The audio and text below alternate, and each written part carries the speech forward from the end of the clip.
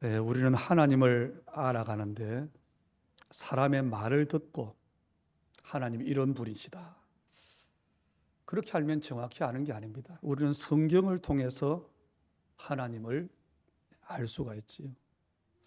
그런데 성경은 우리에게 크게 두 가지를 말하고 있습니다. 하나는 구원입니다. 그리고 또 하나는 구원받은 자를 통해서 이 땅에 하나님께서 하나님의 나라를 이루시는 겁니다. 그 언약이 그리스도와 하나님의 나라지요. 그래서 우리 인간은 하나님의 형상대로 창조되어졌는데 하나님을 떠남으로 죄인이 됐습니다. 그리고 죄인됨으로 마귀의 종로로 타게 됐습니다. 그리고 어쩔 수 없이 지옥 배경 속에 살 수밖에 없게 되어졌지요. 그게 실패한 인간입니다. 이 인간을 회복시키는 것, 그게 바로 하나님의 첫 번째 계획입니다. 그리고 또 한 가지는 구원받은 하나님의 자녀를 통해서 이 땅에 하나님의 나라를 이루시는 겁니다. 그래서 바울은요, 에베소 교회에 편지하기를 에베소서 1장 17절로 19절에 보니까 지혜와 계시의 영을 너에게 주사 하나님을 알게 하시고 그랬어요. 저와 여러분이 하나님을 정말 바르게 알아야 됩니다. 그리고 너희 마음 눈을 밝히사 그의 부르심의 소망이 무엇이며 성도 안에 있는 그 기업의 풍성함이 무엇이며 그의 힘의 위력으로 역사심을 따라 믿는 우리에게 주신 능력이 지극히 크신 것이 무엇인가를 알게 하시기를 구하노라 그랬어요. 그러나 하나님을 알아야 됩니다. 그리고 두 번째로는 하나님께서 부르신 나를 알아야 됩니다. 나의 부르심 속에 있는 하나님의 계획과 하나님의 예비하신 응답을 알아야 됩니다. 그리고 우리는 절대로 할 수 없지만 하나님 나라를 이루어 가시는 그것 때문에 주신 하나님의 능력을 알아야 됩니다. 그래서 저는 하나님을 아는 것, 신앙생활을 좀 오래 하고요. 또 인생에 이제 좀 마무리하는 그런 시간표 속에 있는데 두 가지로 깨닫는 것은 이거예요. 하나님은 어떤 분이냐? 옛날에는 두려운 분, 복 주시는 분 여러 가지가 있지만 두 가지다. 모든 사람이 구원받기를 원하신다. 또 하나는 구원받은 사람들에게 바른 믿음을 가질 때 증거를 주시는데 그를 통해서 이 땅에 하나님 나라를 원하신다. 이루시는 것이다. 그게 하나님을 아는 제가 깨달은 은혜입니다. 그래서 우리는요, 구원받은 자로서 뭘 알아야 되느냐? 하나님의 부르심을 알아야 돼요. 다시 말하면 내가 누구인가를 알아야 됩니다. 더 정확히 말하면 나를 향한 하나님의 계획이 무엇인가를 알아야 됩니다. 그리고 그 계획만 아는 게 아니라 그 계획을 이루시는 하나님의 능력을 알아야 됩니다. 그래서 오늘 말씀의 제목이 장차 개바가 되게 하리라. 바로 그걸 말하는 거지. 하나님께서 직접적으로는 예수님이 베드로를 부르셨는데요. 이미 하나님은 베드로에 대한 계획이 있고 베드로에게 주실 축복이 있고 응답을 예비해 놓으셨다는 그 말이지. 하나님은 저와 여러분을 그렇게 부르셨습니다. 42절에 보니까 장차 개바하리라. 이 개바가 뭐지요? 번역하면 베드로라 그랬어요. 베드로는 우리가 아는 것처럼 반석이라고 하는 뜻을 가지고 있습니다. 이 베드로에게 주님은 마태복음 16장 17절에 뭐라고요? 내 교회를 세우리라 그랬어요. 다시 말하면 베드로를 부르셨는데 베드로에 대한 하나님의 계획이 뭐냐? 내 교회를 세우겠다. 교회 건물을 짓겠다는 게 아닙니다. 세계 복음화를 이루시겠다는 겁니다. 저와 여러분이 부족한 것도 사실입니다. 연약한 것도 사실입니다. 그럼에도 불구하고 하나님으로부터 여러분은 분명히 복을 받을 사람인데 그 이유가 뭘까요? 바로 이 하나님의 부르심 때문에 그렇습니다. 이 하나님의 계획 속에 우리가 들어왔기 때문에 그렇습니다. 지금도 하나님은 우리의 작은 삶을 통해서 구원의 사역을 이루어가고 계십니다. 그리고 앞으로 이루실 겁니다. 그래서 보세요. 복음서에서 보니까 베드로는 연약합니다. 은혜는 받았지만 하나님의 뜻을 잘 알지 못했어요. 육신적으로 생각을 하고. 그래서 주님을 위하는 것을 육신적으로 생각하니까 사탄이라는 소리도 들었죠. 그런 베드로가 사도행전의 시간표 속에서 어떻습니까? 세계복음화의 첫 주자로, 세계복음화를 위해 세워진 교회의 첫 지도자로 쓰임을 받는 겁니다. 우리가 잘 아셔야 돼요. 이 시대에 우리가 신앙생활을 한다. 2024년도에 우리가 예수님을 그리스도로 고백하고 예배드린다. 이 말은 어떤 의미일까요? 지금 세상은 불신앙의 말들이 가득합니다. 사탄의 속임수가 교묘하게 파고들어서 완전히 흑암이 장악되어 있습니다. 그런 현장에 살아요. 그때 우리는 뭘 말하는 사람? 여러분은 어떤 사람이냐? 정확한 그리스도의 복음을 말하는 사람입니다. 그때에 사람들은 육신적으로 미래를, 노후를 생각하는데 전도와 선교를 위해서 기도하는 사람입니다. 거기에 내가 쓰임받은 일꾼과 제자 되기를 위해 기도하는 사람들입니다. 이것은 누가 뭐래도 하나님께서 가장 원하시는 전도자의 신앙, 전도자의 삶의 방향인데 여러분이 또 제가 그 은혜를 받고 있다는 겁니다. 당장 응답이 아니에요. 어제 우리 핵심에서 받으는 것처럼 요게벳이 모든 아이들이 죽어야 될 그때에 모세를 살리겠다. 그게 당장은 80년 동안 아무런 증거도 없어요. 그런데 그것이 뭡니까? 축복 중에 축복인 줄 여러분 아셔야 됩니다. 오늘 우리는 알아야 됩니다. 하나님은 정확한 복음을 우리 깨닫게 하셨고 전도와 선교와 후대 운동의 방향을 맞추게 하셨다. 이건요 기적 중에 기적이에요. 우리가 복음 깨달아도 마찬가지입니다. 베드로가 고백할 때에 이건 세상의 것, 혈육으로 알게 한 게 아니다. 우리가 받은 은혜가 바로 그겁니다. 그래서 저와 여러분이 언약을 붙잡고 영적 시스템을 만들고 있으면 빨리 응답이 안 오는 것 같은데 하나님은 정확한 시간표에 그리고 그 누구도 부인할 수 없는 증거를 여러분에게 분명히 주실 것입니다. 그런데 다만 우리가 어디에 속느냐? 하나님의 방법과 내 생각이 다른 것이 있습니다. 요한 3서 1장 2절에 보니까 사랑하는 자여 내 영혼이 잘됨 같이 네가 범사에 잘되고 강건하기를 내가 간구하노라 그랬지. 영적 서밋이 되어야 됩니다. 영적인 비밀을 알고 복음에 정말 답을 얻는 것, 그게 먼저입니다. 뭐냐? 이 땅의 유일한 문제는 하나님을 떠난 문제입니다. 그렇다면 유일한 해답은 하나님을 만나는 겁니다. 바로 임마누엘이지요. 그 임마누엘을 24 누릴 수 있는 시스템이 내게 있으면 됩니다. 그것으로 보고, 그것으로 판단하고, 그것으로 선택하고, 그 속에서 나오는 것으로 인도를 받으면 되는 겁니다. 그래서 여러분이 꼭 아시길 바랍니다. 하나님이 나를 자녀로 부른 건 맞는데 끝이 아니에요. 그 부르심에는 분명히 하나님의 소망, 계획이 있습니다. 그 계획을 이루기 위해서 하나님이 예비하신 기업의 영광의 풍성이라고 하는 축복이 있습니다. 그리고 마침내 하나님은 오직 그리스도의 증인이 되게 하실 겁니다. 그리고 제가 신앙생활 속에 또 하나 깨달은 것, 축복입니다. 축복이란 말을 제가 좀 다르게 깨달아요. 여러분처럼. 여러분이 축복이라고 할 때 당장 생각해 뭐지요? 육신적인 거예요. 가장 먼저 생각하는 것, 돈, 그렇죠?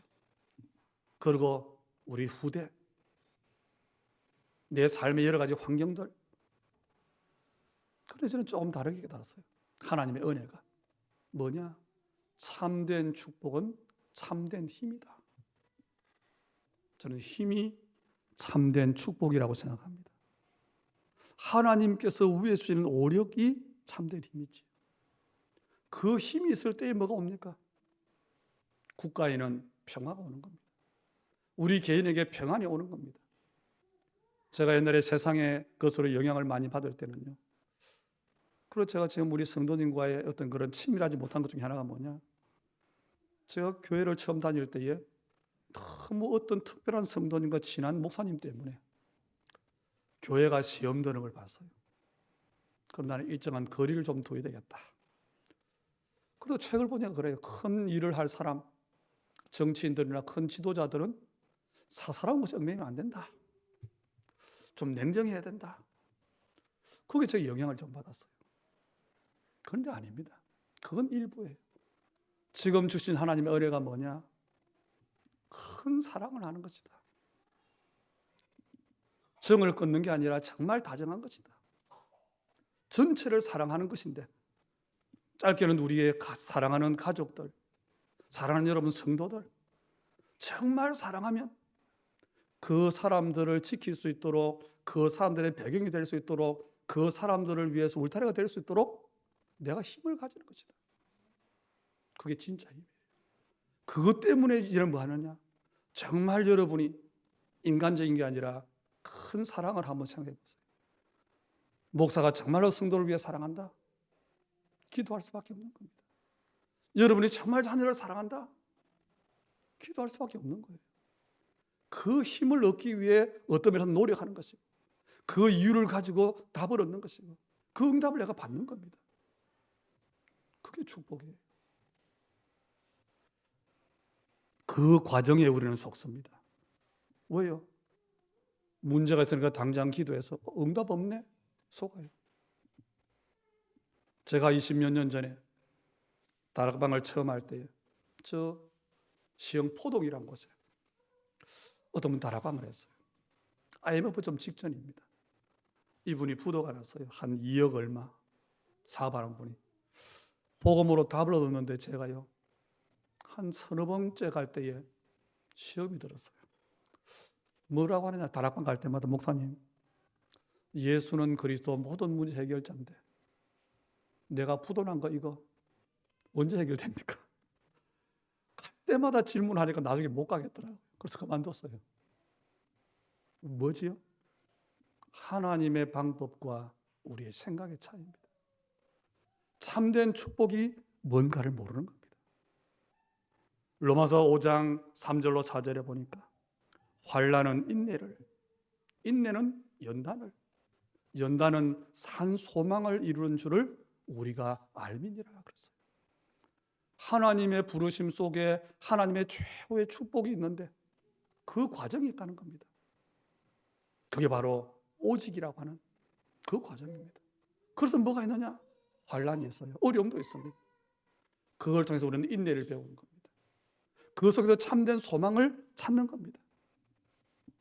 그 참된 축복의 길에 오직 복음되게 하는 하나님의 과정이 우리의 부르심 속에 있다.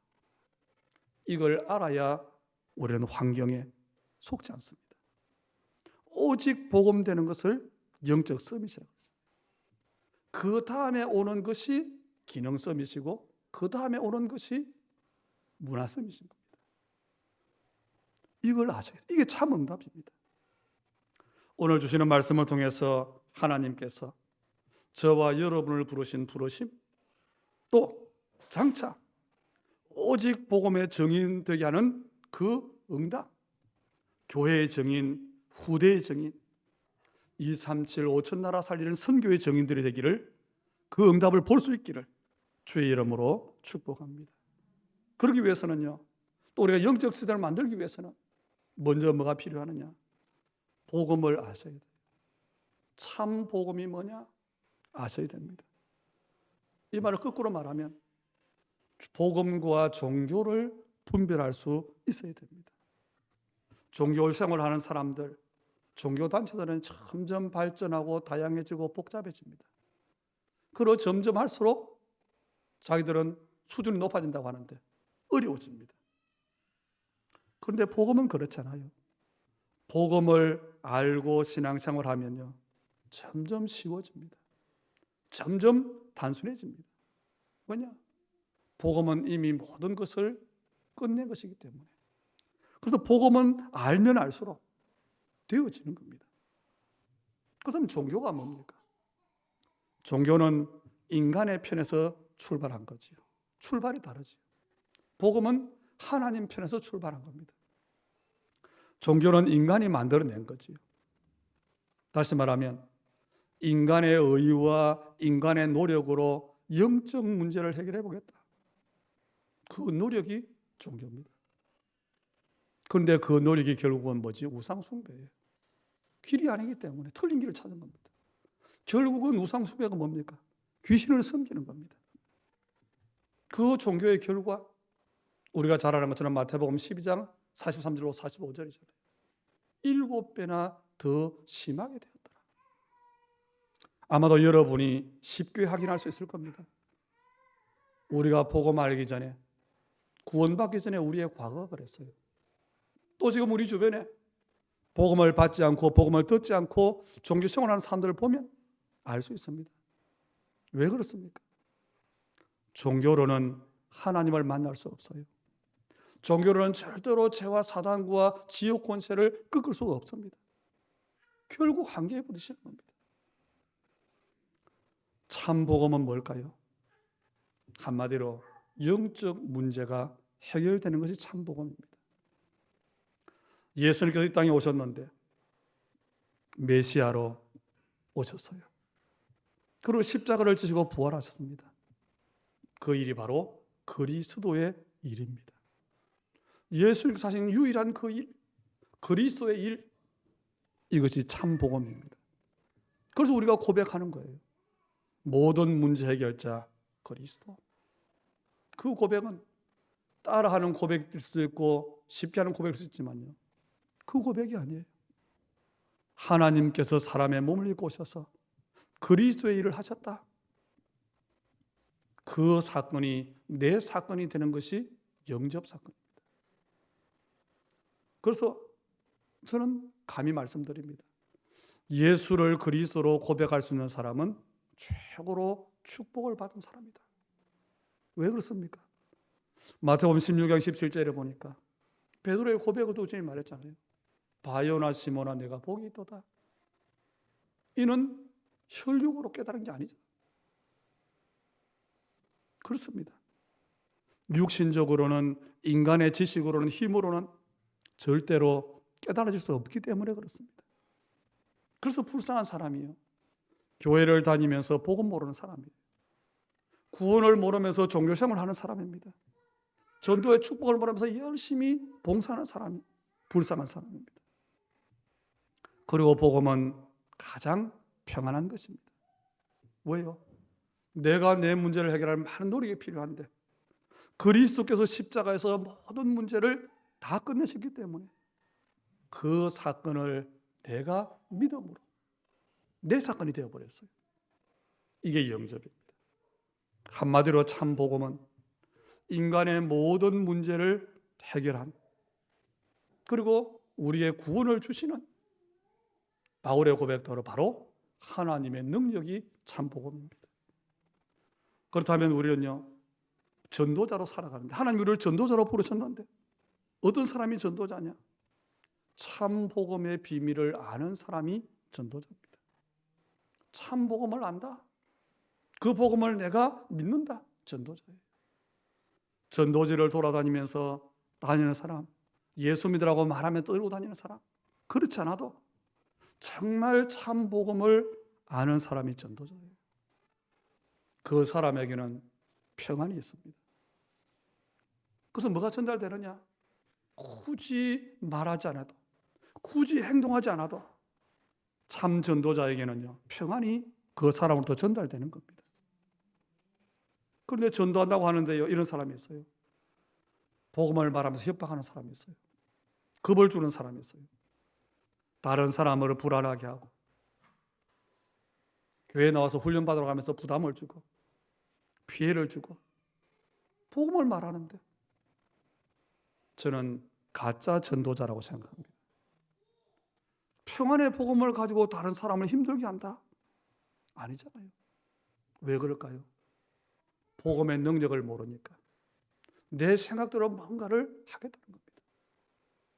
복음의 눈이 열리지 않으니까 성령 인도를 받지 못하는 겁니다. 참 전도자가 어떤 사람이냐? 이 참 복음의 비밀을 누리는 사람이에요. 복음의 비밀을 내가 가지고 있으니까 다른 사람에게 답을 줄 수 있는 겁니다. 내가 속해 있는 현장에서 내게 주어진 일에 대해서 여러분이 실력을 갖춰야 되고 최선을 다해야 됩니다. 맞습니다. 그런데 더 중요한 게 있어요. 정말 복음을 누리고 있으면 나로부터 영적인 뭔가가 전달되게 되어 있는 겁니다. 그러면 사람이 오게 되어 있어요. 답을 찾게 되어 있습니다. 그때 증거하면 되는 겁니다. 그리고 전도자는 누구냐? 그리스도만 말하는 사람입니다. 오늘 본문 39절에 보니까 예수님께서 뭐라고 하지? 랍비요, 어디 계시니까? 그랬더니 뭐야 합니까? 설명을 안 해서요. 와서 보라 하셨습니다. 43절에는 보니까 나를 따르라 그랬어요. 마태복음 4장 19절도 보니까 베드로를 부르실 때 뭐라고요? 나를 따라오너라 그랬어요. 전도자는 예수님을 따라가는 사람입니다. 사람은 어부가 되겠다. 그건 그 다음 일이에요. 예수님을 따라가면 사람 난 어부는 되게 되어 있는 겁니다. 마가복음 16장 17절에 보니까 예수님을 따라가니까 뭐가 와요? 표적이 따라와요. 믿는 자들에게 이런 표적이 따르리니 증거를 주시겠다는 겁니다. 그래서 사도행전 1장 8절에 땅 끝까지 이르러 내 증인이 되리라 그랬잖아요. 증거가 따라오니까 그리스도를 말할 수밖에 없어요.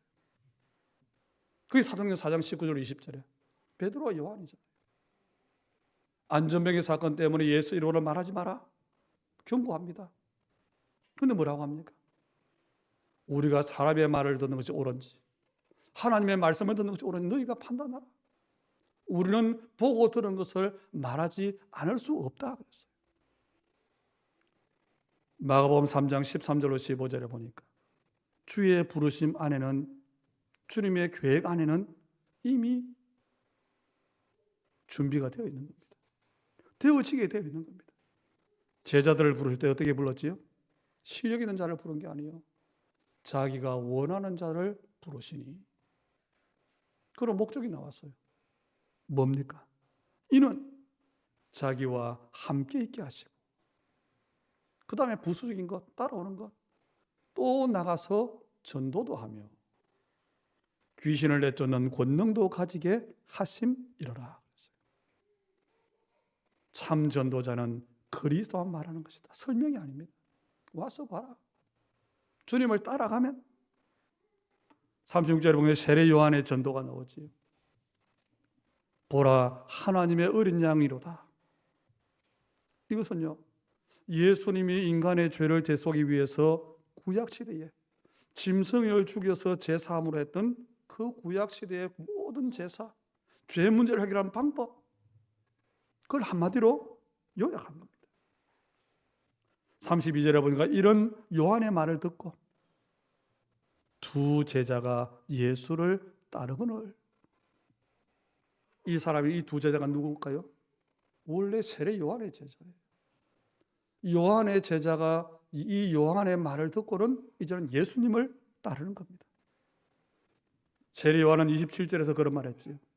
나는 그의 신발끈 풀기도 감당치 못하겠다. 요한복음 3장 30절에는 이런 말씀을 했어요. 자기 제자들이 다 떠나고 예수님께로 많은 사람이 몰릴 때 사람들이 질문합니다. 그때 뭐라고 했냐? 그는 흥하여야 하겠고 나는 쇠하여야 하리라. 길을 예비하는 자는 그걸로 임무가 끝난 겁니다. 사명을 다한 겁니다. 그리고 세례 요한이 말했잖아요. 세례 베품을 두고 나는 물로 세례를 주지만 내 뒤에 오시는 그분은 성령으로 세례를 베풀 것이다. 이게 참 전도자의 모습입니다. 한마디로 말하면 이렇습니다. 저와 여러분이 우리를 만나는 사람에게 나를 따라오도록 향하며 예수님을 따라가도록 하면 되는 겁니다. 그게 가장 바른 전도예요. 그러면 내가 혹시 실수해도 그 사람이 시험 들지 않습니다. 나 때문에 그 사람이 교회를 떠나지 않습니다. 대부분의 사람이 교회를 다녀봤어요. 시험에서 교회를 떠났습니다. 이거 실패한 거예요. 예수님을 바라보게 하는 참 전도에 실패한 겁니다. 41절로 42절에 보니까 안드레의 전도가 나오죠. 안드레도 말합니다. 어떤 간증을 하느냐? 우리가 메시아를 만났다 그랬어요. 그런데 실제로 많은 간증자들이 뭘 말하지요?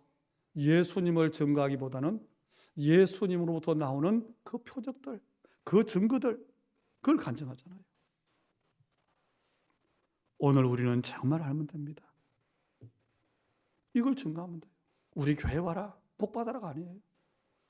와 보라. 우리 주님의 교회가 복음을 말한다. 그러면 돼요. 복음 가진 여러분을 보라고 하면 됩니다. 45절에 보니까 빌립은 어떤 전도합니까? 나다나엘을 찾아서 말합니다. 모세가 율법에 기록하였고 여러 선지자가 기록한 그 사람을 우리가 만났는데 요셉의 아들 예수다. 그러니 선입견을 가진 나다나엘이 말하지요. 나사렛에서 무슨 선한 것이 날 수 있느냐? 그때 빌립의 말을 보세요. 설명이 아니에요. 와서 보라 그랬습니다. 요한복음 4장에 보니까 예수를 만난 사마리아 여인, 우물가의 여인, 그 사람도 그랬어요. 와서 보라고 했습니다. 우리가 복음을 전할 때에 여러 가지 바울처럼 자세도 필요하고 상황에 대처한 임시 응변도 필요하지만 한 가지는 분명해야 돼요. 복음에 대해서만은 분명해야 됩니다. 그리고 정말로 복음의 결론이 났다면 다른 것은 버릴수록 좋습니다. 분명히 하나님은 여러분을 뭐로 부르느냐? 그 부르심을 알아야 돼요. 그리고 우리는 정말로 마음되냐? 갈급한 자들에게 와서 보라. 그리고 더 정확하게는 나를 보라고 할 수 있으면 됩니다. 하나님은 베드로에게 장차 게바가 되리라. 하나님은 여러분에게 약속하셨어요. 땅 끝까지 이르러 내 증인이 되리라. 우리 교회를 두고 말씀하셨어요. 하나님의 나라 언약으로 주셨습니다. 게바의 가장 중요한 의미는 하나입니다. 마태복음 16장 18절이지. 내가 이 반석 위에 내 교회를 세우리니. 이거지요. 뭡니까? 교회로 가는 말은 로컬 처치가 아니고 유니버설 처치예요. 바로 전도와 선교, 세계 복음화입니다. 여기에 증인으로 하나님께서 우리를 부르신 줄 아시기를 바랍니다. 그리고 믿으시기를 주의 이름으로 축복합니다. 그렇다면요, 참 전도는 뭘까요? 한마디로 간단합니다. 하나님의 계획이 있다는 것을 알고 그 속으로 들어가는 거예요. 여러분이 참 복음을 알면 당연히 참 전도의 비밀을 누리게 되어 있습니다. 이 참 전도의 비밀을 누리고 있으니까 당연히 참 전도자로 서게 되는 겁니다. 이게 하나님의 계획이에요. 우리를 부르실 때 하나님은 전도자로 불렀습니다. 그래서 우리는 뭘 알아야 됩니까? 참 복음을 알아야 돼요. 그래야 우리의 삶이 참 전도의 영광을 받게 됩니다. 참 전도를 두고 주님이 약속했어요. 그게 마태복음 6장 33절입니다. 너희는 먼저 그의 나라와 그의 의를 구하라. 그게 참된 응답이에요. 그 다음에 뭐지요? 그리하면 이 모든 것을 너희에게 더하시리라. 그게 참된 응답이에요. 마태복음 10장 40절로 41도 보니까 이 전도의 상거, 어린 사람, 어린아이 하나에게 냉수 한 그릇까지도 반드시 상을 잃지 않을 것이다. 이 응답들은 누구에게 오는 거냐? 참 전도의 비밀을 누릴 전도자에게 오는 겁니다. 그래서 여러분이 전도자로 부름받은 그것을 먼저 확인하셔야 돼요. 그 사람에게 약속된 축복이 이 약속입니다. 그래서 쉽게 말하면 참 전도의 비밀은 하나님의 계획 속으로 들어가는 거다. 그게 바로 전도자의 축복입니다. 그 인생이 최고의 복된 인생입니다. 우리의 결론입니다. 하나님은 많은 사람 가운데 우리를 원하셔서 부르셨어요. 그리고 그 부르심 속에는 최고의 축복을 예비하고 우리를 부르셨습니다. 아브라함을 부르실 때 그랬어요. 열국의 아비로, 믿음의 조상으로. 쉽게 말하면 하나님은 아브라함을 부르셨는데, 그것도 우상 가운데서 부르셨는데 전도와 선교를 위해서 부르셨어요. 그리고 그 부르심을 알라고 하신 일이 있습니다. 내 이름이 아브라함이다마는 아브라함이라고 하리라. 이름을 바꾸셨어요. 여러분이 구원받은 하나님의 자녀가 맞고 교회 다니는 성도가 맞는데, 그런데 전도자입니다. 야곱도 그랬지요. 20년 동안 자기의 정체성을 놓치고 살았어요. 그러다가 야복강가에서 20년 만에 이스라엘이라고 하는 하나님의 부르심의 소망, 전도자의 축복을 회복한 겁니다. 저와 여러분은 영적 이스라엘입니다. 42절의 말씀처럼 우리의 모습은 시몬이에요. 그런데 하나님은 뭐라고요? 장차 개바로 그 반석 위에 세계 복음화를 이루는 일꾼으로 축복하시겠다고 말씀하는 겁니다. 그래서 여러분이 하나님의 부르심을 놓치면 다 놓치는 겁니다. 다시 말하면 내가 전도자라고 하는 이 축복을 놓치면 다 놓치는 겁니다. 하나님 우리를 아시고 계십니다. 빌립이 나다나엘을 데리고 오기 전에 예수님이 알고 계셨다고 그랬잖아요. 어떻게 알았습니까? 보라, 이는 참으로 이스라엘 사람이라. 그 속에 간사한 것이 없도다. 자기를 안다고 하니까 나다나엘이 물어요. 어떻게 나를 아시나이까? 그래서 예수님이 뭐라고 하죠? 빌립이 너를 부르기 전에 네가 무화과나무 아래 있는 것을 내가 봤다. 잠시 전의 일을 주님이 봤다는 이야기가 아니에요. 원래부터 나다나엘에 대한 하나님의 계획이 있었다는 겁니다. 그러더니 보세요. 예수님이 자기를 안다는 말씀에 나다나엘이 큰 감동을 받았어요. 진짜 선생님입니다. 그런데 그게 아니잖아요. 나다나엘에 대한 주님의 계획이 뭡니까? 50절에 내가 너를 무화과나무 아래 보았다 함으로 믿느냐? 이보다 더 큰 일을 보리라. 눈에 보이는 것보다, 내가 아는 것보다 더 큰 일, 세상이 할 수 없는 영적인 그 일, 하나님 나라의 그 일을 이루시겠다는 겁니다. 정인되게 하시겠다는 겁니다. 그것을 할 것이다 그런 게 아니에요. 뭐 한다고요? 보리라 그랬어요. 내가 하는 게 아닙니다.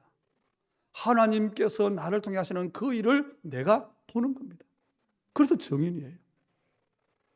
언약의 백성인 우리에게 주시는 하나님의 응답이 바로 이겁니다. 교회를 다니면서 많은 성도들이 눈에 보이는 문제 해결이나 육신적인 응답 때문에 낙심합니다. 그런데 하나님은요, 진짜 축복을 예비해 놓고 계셔요. 예레미야 33장 3절처럼 우리가 알지 못하는 크고 비밀한 일을 하나님은 예비해 놓고 계십니다. 하나님 우리가 구하는 것 말고 그의 나라와 의를 구할 때 이 모든 것을 더하시는 응답을 주시고 하시는 겁니다. 그래서 오늘 51절에 보세요. 마지막 절에 내가 진실로 진실로 너희에게 이르노니 하늘이 열리고 하나님의 사자들이 인자 위에 오르락내리락 하는 것을 보리라. 우리가 이게 어디서 나오지요? 창세기 28장에 나오는 부분이에요. 형을 속이고 도망가는 야곱에게 하나님은 베델 땅에서 사닥다리 환상을 보여주십니다. 바로 세계 복음화의 꿈을 주신 거예요. 야곱이 이스라엘로 세계 복음화의 축복을 받은 것처럼 하나님의 나다나엘에게 그 응답을 누릴 것이라고 말씀하는 겁니다.